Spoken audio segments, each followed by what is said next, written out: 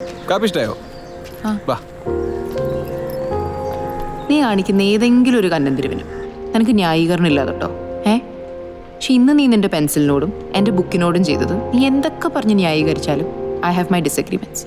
നീ പറയുന്നത് പോലെ അതൊക്കെ ഒരു സാധനങ്ങളല്ല. പെൻസിലെടുത്ത് ചെവി തോണ്ടുന്നു, പുസ്തകം മുഴുവൻ തുപ്പൽ തേച്ച് വയ്ക്കുന്നു. So disgusting. കഴിവ് കൂടുതലൊക്കെ നല്ലതാ, പക്ഷെ അഹങ്കാരം ആവരുത്. നിലത്ത് ചവിട്ടി നിൽക്കണം. ഇത് എത്ര നേരം ഇന്നെങ്ങനെ തീരുക?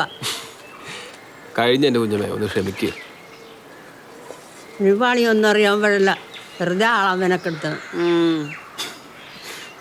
അവനെന്തേ കുഞ്ഞുമോൻ? ഇത് ഇപ്പം പുറത്തോട്ട് പോയി വെള്ളം എടുക്കാൻ വരും.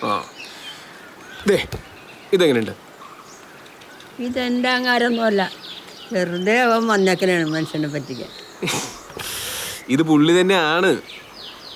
ഇങ്ങനെ കുഞ്ഞമ്മനെ വിട്ടുപോയിട്ട് ഒരു 10-20 കൊല്ലമായില്ലേ? അതിൻ്റെ ഒരു വയസ്സും പ്രായമൊക്കെ ആയിട്ടുണ്ടാവില്ലേ? ഇനിയൊന്ന് നോക്കിയേ ഇല്ലേ? ഇത്തിരി വയസ്സായിട്ടുണ്ട്. ആ വേണമെങ്കിൽ ഞാൻ ഒന്നുകൂടെ ചെറുപ്പമാക്കി തരാം. മോനോട് ഇരിക്കുക, ഞാൻ കുറച്ച് കഞ്ഞെടുത്തുണ്ട്. ആ ലൂക്ക, നീ എന്തായി ചെയ്യുന്നത്? കണ്ടില്ലേ? എന്തേ? അതാ ചോദിച്ച ഒരു അറപ്പില്ലെന്ന്. എന്തിനു പടം വരയ്ക്കുന്നതിനാ? അതിനല്ല, ഈ പെൻസിലെടുത്ത് ചെവിയിൽ ഇങ്ങനെയൊക്കെ ആക്കാൻ. പെൻസിലല്ലേ ചെവിയുടെ ഏറ്റവും ബെസ്റ്റ്. ആ വട്സൊക്കെ ഭയങ്കര ഡേഞ്ചറാണ്, മറ്റേ ഇയർ ഡ്രമൊക്കെ പൊട്ടിപ്പോവും. ഈ പെൻസിൽ വെച്ചാൽ നീ സ്കെച്ചൊക്കെ വരയ്ക്കുന്നത്, അതിനൊരു ഡിഗ്നിറ്റി ഇല്ലേ, ഒരു ഡിവൈനിറ്റി ഇല്ലേ? You got respect that. No, അതിനിപ്പോൾ എന്താ, ഇതൊരു യൂസ് ആൻഡ് ത്രോ ഒബ്ജക്റ്റ് ആണ്. ഇപ്പം ഇതിൻ്റെ പോലെ തരുമ്പോൾ നമ്മൾ ബ്ലേഡ് വെച്ച് ചെത്തിക്കളയും, പിന്നെ ഒട്ടും ഉപയോഗിക്കാൻ പറ്റാണ്ടാവുമ്പോൾ എറിഞ്ഞ് കളയും. അത്രേ ഉള്ളൂ. Nothing more nothing less. തർക്കിക്കാനൊന്നും ഞാനില്ല, പക്ഷേ ഇൻ മൈ ഒപ്പീനിയൻ ഇതിന് കുറച്ചുകൂടി റെസ്പെക്റ്റ് ഒക്കെ കൊടുക്കണം. എടോ, ഞാൻ ചെയ്യുന്നൊരു ആർട്ട് വർക്കിനെ റെസ്പെക്ട് ചെയ്യുന്നത് പറഞ്ഞാൽ എനിക്ക് മനസ്സിലാവും. പക്ഷെ അതിന് ഉപയോഗിക്കുന്ന പേന, പെൻസിൽ, ക്യാൻവാസ് ഇതിനെയൊക്കെ തൊട്ടുമുത്രം തലയിൽ വെക്കണം എന്നൊക്കെ പറഞ്ഞാൽ വലിയ ബുദ്ധിമുട്ടാണ്. ഇപ്പോൾ ഫോർ എക്സാമ്പിൾ, താൻ വായിക്കുന്ന പുസ്തകത്തിൻ്റെ കണ്ടന്റിനാണ് വില, അല്ലാതെ പുസ്തകം itself is worth nothing. Of course not. ഓരോ ബുക്കിനും അതിൻ്റെതായിട്ടുള്ള ദൈവികതയുണ്ട്. നീ കേട്ടില്ലേ, a book can give you a life, a book can take your life. ഈ പുസ്തകത്തിന്റെ എത്രാമത്തെ പേജിലാണ് ദൈവികത എന്ന് പറഞ്ഞത്? ഇതെന്തീ തുപ്പലൊക്കെ തേക്കണേ? തുപ്പലേജിലെ പുസ്തകത്തിന് പേജ് മറയ്ക്കാം. ഞങ്ങൾ തലമുറകളായിട്ട് എങ്ങനെയാണ്, ഞാൻ ഇങ്ങനെയാണ് പേജ് മറയ്ക്കുന്നത്, എൻ്റെ അപ്പ എങ്ങനെയാണ് പേജ് മറച്ചുകൊണ്ടിരുന്നത്, എൻ്റെ അപ്പയുടെ അപ്പ എങ്ങനെയാണ് മറച്ചുകൊണ്ടിരുന്നത്, എൻ്റെ അപ്പയുടെ അപ്പ എങ്ങനെയാണ് മറച്ചുകൊണ്ടിരുന്നത്. നാളെ എനിക്ക് പിള്ളേരുണ്ടായാലും ആ ഒരക്ഷരം പഠിപ്പിക്കുന്നതിൻ്റെ കൂട്ടത്തിൽ ഞാൻ പഠിപ്പിക്കാൻ പോകുന്ന കാര്യമാണ് തുപ്പലോട്ട് പേജ് മറക്കുന്നത്. ആണല്ലോ, വെറുതെ അല്ല, പറഞ്ഞിട്ട് കാര്യമില്ല. എവല്യൂഷൻ കേട്ടിട്ടോ, അത് സംഭവിച്ചിട്ടില്ല നിങ്ങളുടെ കുടുംബത്തില്. ഇങ്ങനെയൊക്കെ. അപ്പൊ എവല്യൂഷൻ സംഭവിച്ചാൽ വായ തുപ്പലൊക്കെ പറ്റിപ്പോകും. അല്ല, തുപ്പൽ എന്നോട്ടാ മോശപ്പെട്ട കാര്യമായത്. പൊള്ളിയെ പോലും തുപ്പലല്ലേ തേക്കുന്നത്. തുപ്പലിനെന്താ കുഴപ്പം? തുപ്പലിനെന്താ കുഴപ്പം?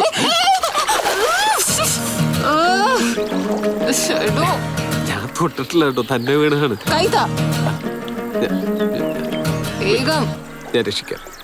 കൈതാ കൈതാ.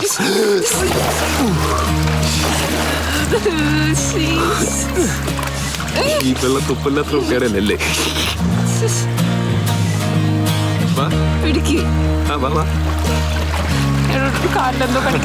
പാമ്പായിരിക്കുള്ളൂ.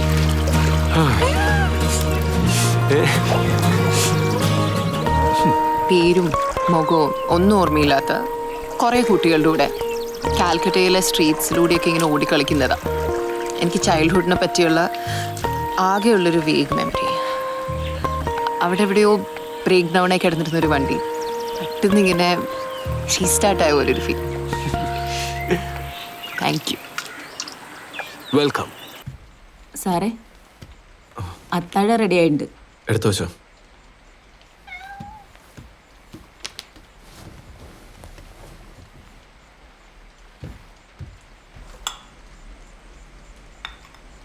വേണ്ട ചേച്ചി.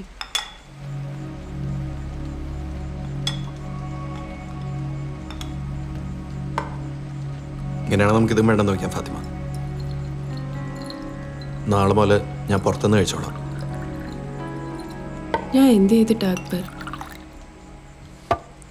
ചേച്ചി എൻ്റെ റൂമിലെ ആ ജനലോ നിറച്ചാറ്.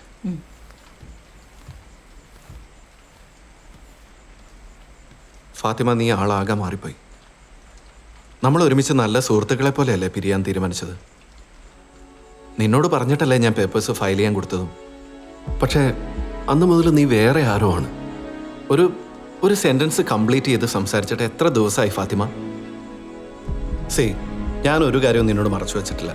നിക്കാഹിന് മുമ്പ് തന്നെ വളരെ വ്യക്തമായിട്ട് പറഞ്ഞതല്ലേ എൻ്റെ ജീവിതത്തിൽ എന്താ സംഭവിച്ചതെന്നും കൂടെ കൂടണമെന്ന് യാതൊരു നിർബന്ധവും ഇല്ലെന്നും. നിന്നെ ഇതിലേക്ക് വലിച്ചിട്ടതാ ഞാൻ ചെയ്ത ഏറ്റവും വലിയ തെറ്റ്. പിരിയണമെന്ന് ഞാൻ പറഞ്ഞത് തന്നെ നിന്റെ നല്ലതിന് വേണ്ടിയിട്ടാ. എൻ്റെ നല്ലതിനോ? ആത്മാർത്ഥമായിട്ട് പറയാമോ അക്ബർ ഈ ചെയ്യുന്നതൊക്കെ എൻ്റെ നല്ലതിനാന്ന്?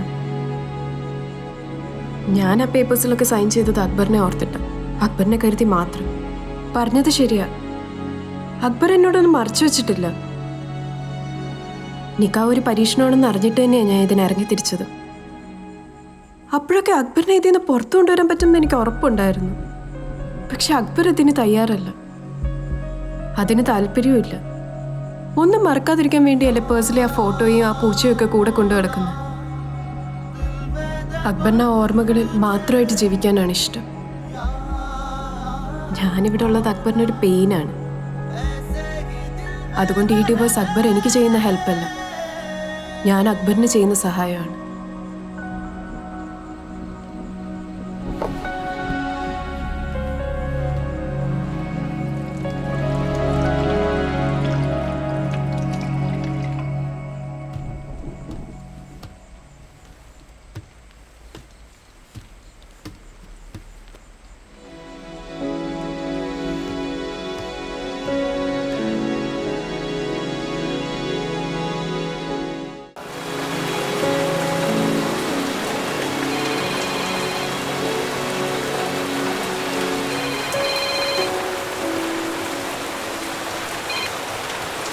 ആ ഹലോ ഷി. സാറേ, ആ 3 സാഹിബിൾട്ടേഴ്സായിട്ട് കണക്ട് ചെയ്തിരുന്നു. അതിന്റെ MD ഇന്ന് രാത്രി കൂടി സിറ്റിയിലുണ്ട്. നാളെ ഏർലി മോർണിംഗ് ആളെ ദുബൈക്ക് പോകും. പിന്നെ 1-2 ആഴ്ച കഴിഞ്ഞാൽ തിരിച്ചെത്തുള്ളൂ എന്നാ പറഞ്ഞു. അവരുടെ ഓഫീസിലെ ഗസ്റ്റ് ഹൗസിൽ തന്നെയാണ് താമസം. അത്യാവശ്യം ആണെങ്കിൽ ഇന്ന് രാത്രി തന്നെ കാണാമെന്നും പറഞ്ഞു. ഇന്ന് തന്നെ ഉണ്ടേക്കാം. ഞാൻ ഒരു 10 മിനിറ്റിനുള്ളിൽ റെഡിയാവാം. ഓക്കെ. നീ എന്നെ വന്നൊന്ന് പിക്ക് ചെയ്യണം. ആ ഓക്കെ സാർ. ഓക്കെ, ശരി.